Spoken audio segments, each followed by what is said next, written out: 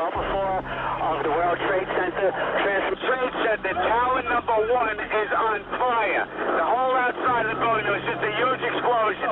Send every available ambulance, everything you got to the World Trade Center now. I was home, relaxing, having some breakfast, and then my mother called me.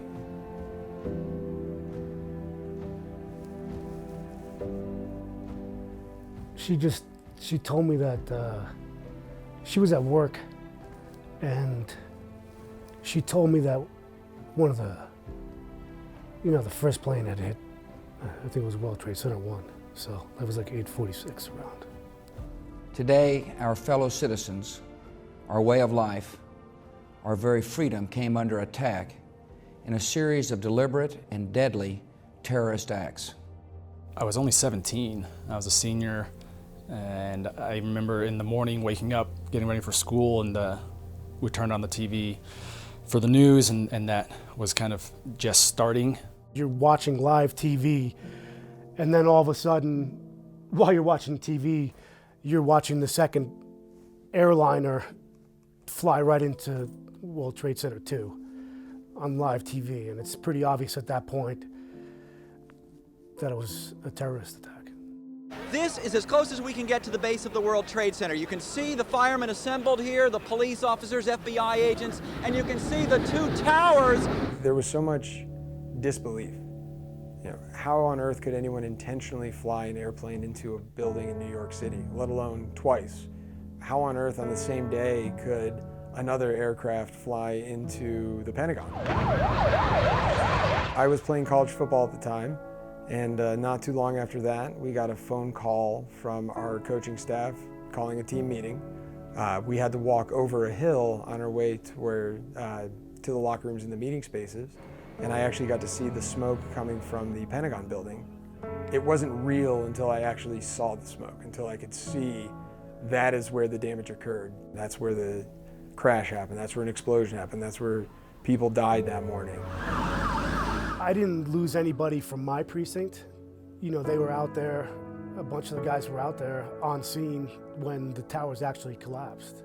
By noon, we were seeing some of our co-workers coming back, and we're wearing our NYPD blues, but they're not NYPD blue anymore.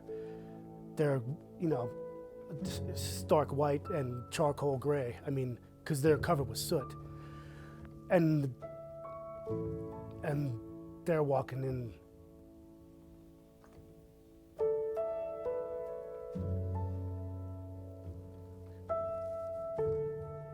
They're walking into the precinct like that, like zombies. They're walking into the precinct like zombies. I got down to ground zero later that evening. The towers were down, and everything was ablaze. There was like several feet of ash and soot everywhere. It's a battle zone, it was a war zone. Everything's on fire on the side of the roads, destroyed. It was like a movie. It was surreal. When our shifts would end, we could go down and we could volunteer ourselves, which we did. Right through here, need a bucket line. Pass back. That was you literally working in, bucket brigades. You're basically hand searching for survivors. Any sign of a survivor, any sound that someone might be making, a call for help, you're hoping, for something. And then at a certain point, everything shifted from a rescue mission to, like a salvage mission. The people that I know that died in the World Trade Center attack were my friends that I grew up with. They were people that were working in the towers. They were working in an accounting firm or a law firm in the buildings. Those are the people I know. My good friends were the people that died. Thank you for your hard work. Thank you for making the nation proud. And may God bless America. Right after that happened, it was very, everybody was band together. Everybody was out there looking out for one another and taking care of one another, in ways that you wish it could be like that all the time.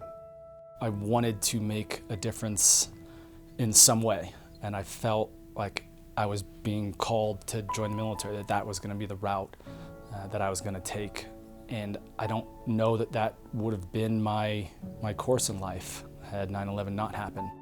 For America to stay the great country that it is, everyone needs to understand the spirit that makes America great, that makes America the country that it is, where we don't take for granted the sacrifice that people have made for the betterment of all of us.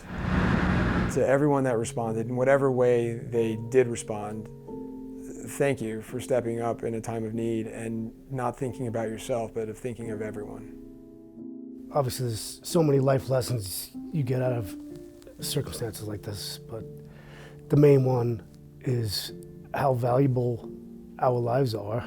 Anything can happen in a minute, so make sure that you're not taking your loved ones for granted, your family members for granted, people who care about you for granted, because life is precious, and you never know what can happen.